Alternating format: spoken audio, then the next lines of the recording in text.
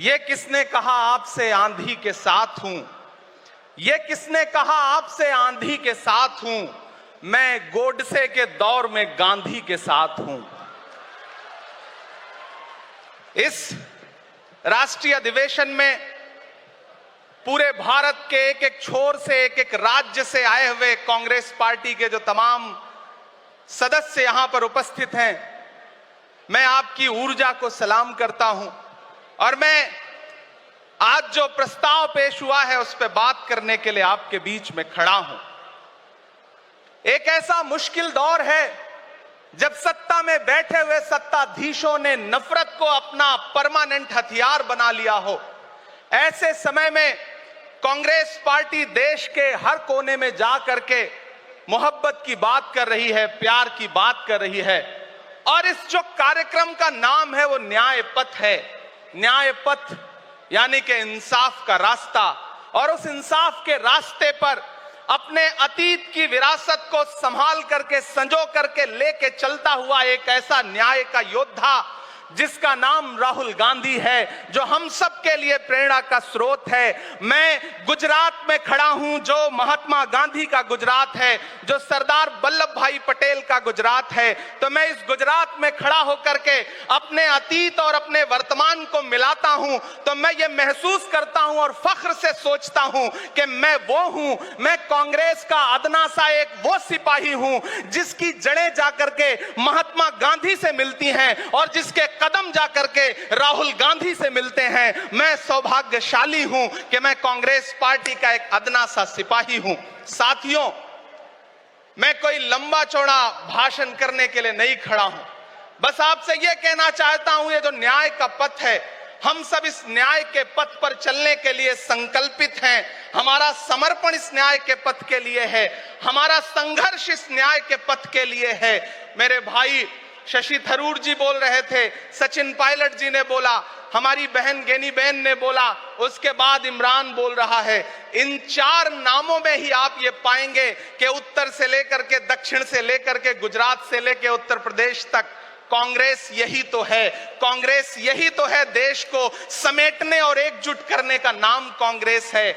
मुझे याद है कि जब कन्याकुमारी के साहिल पर खड़े होकर के, समंदर के साहिल पर खड़े होकर के हमारे नेता राहुल गांधी जी ने कहा था कि मैं 4000 किलोमीटर चलूंगा, एक नारा लगाऊंगा, नफरत छोड़ो भारत जोड़ो। हम सारे लोग उनके कंधे से कंधा मिला करके, उनके कदम से कदम मिला करके 4000 किलोमीटर चलते रहे। मैंने देखे हैं राहुल गांधी जी के पांव के छाले, मैंने देखा है उनका बहता हुआ पसीना। लेकिन हम आपसे पूछना चाहते हैं और इस स्टेज पर मौजूद कांग्रेस पार्टी के अपने तमाम वरिष्ठ नेताओं से भी ये निवेदन करना चाहते हैं कि जिस पथ पर, जिस इंसाफ के रास्ते पर राहुल गांधी इस मुश्किल वक्त में निकले हैं, हम उस लड़ाई में किस तरह से, कितने जोश के साथ राहुल गांधी जी के साथ खड़े हैं, यही तय करेगा। राहुल जी ने कहा है कि अगला निशाना, अगली जीत, अगला राज्य जहां कांग्रेस पार्टी जीतेगी वो गुजरात होगा। तो याद रखिए कि हार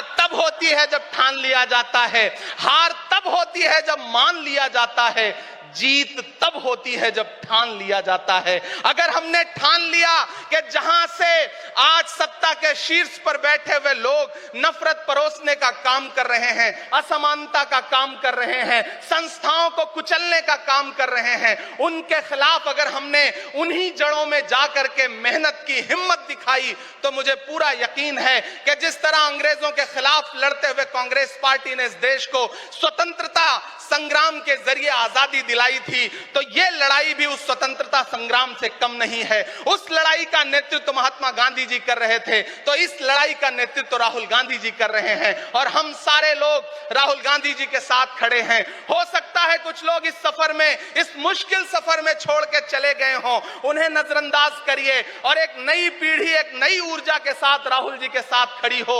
मैं तो कहना चाहता हूं कि कांटे गुल के साथ नहीं चल सकते हैं, बुज़दिल खुल के साथ नहीं चल सकते हैं, रास्ते में जो छोड़ गया उसे जाने दो, सब राहुल के साथ नहीं चल सकते हैं। आप सारे लोग, हम सारे लोग और इस देश के लाखों लाख करोड़ों करोड़ लोग राहुल गांधी जी के साथ खड़े हैं और यहां खड़ा होकर के इस देश के पिछड़ों को, आदिवासियों को, दलितों को, अल्पसंख्यकों को मैं सबको भरोसा दिलाते हुए इतना कहना चाहता हूं कि मेरे भाई, कांग्रेस ही है जो आपकी असली लड़ाई लड़ रही है। मुझे वो दिन याद है कि यह सरकार जब एक बिल लेकर के आई तो रात के 3 बजे भी आदरणीय सोनिया गांधी जी राज्यसभा में मौजूद थी इस देश के लिए, इस संविधान के लिए लड़ाई लड़ने के लिए। और राहुल गांधी जी भी लोकसभा में मौजूद थे उससे एक दिन पहले। जिस संजीदगी के साथ वो लड़ाई लड़ रहे हैं, हम सारे लोग उनके साथ खड़े हैं। और मैं ज्यादा भाषण नहीं करूंगा, जाते जाते बस आपसे इतना कह के जाना चाहता हूं साथियों कि यह न्याय का पथ और एक छोटी सी कविता, और उस कविता का जो शीर्षक है, उस कविता का जो हीरो है वो मंच पे मौजूद है। मैं चाहता हूं पीछे तक एक बार दोनों हाथ उठा करके तालियां बजाएं। मैं अगले 1 मिनट के कविता सुना करके यहां से आपसे विदा लूंगा। कन्याकुमारी से जो सफर शुरू हुआ था वो अहमदाबाद तक लगातार जारी है और आगे भी जारी रहेगा।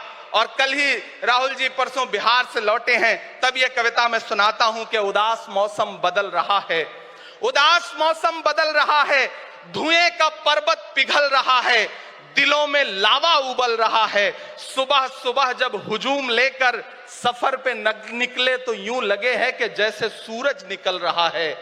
वो चल रहा है, वो चल रहा है। वो कह रहा है कि नफरतों से जो दिल है टूटे मैं जोड़ दूंगा। एक नारा नफरत छोड़ो भारत जोड़ो, एक नारा नफरत के बाजार में मोहब्बत की दुकान खोल ली है। वो कह रहा है कि नफरतों से जो दिल है टूटे मैं जोड़ दूंगा। वो कह रहा है हर एक दरिया हर एक तूफान को मोड़ दूंगा।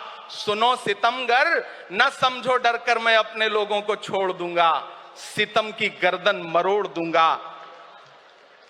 सितमगरों की हर एक ख्वाहिश हर एक साजिश कुचल रहा है, वो चल रहा है, वो चल रहा है।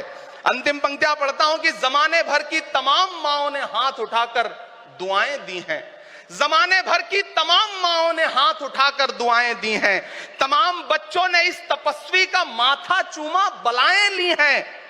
जो नफरतों का जहर भरा है ये बन के शंकर निगल रहा है, वो चल रहा है, वो चल रहा है।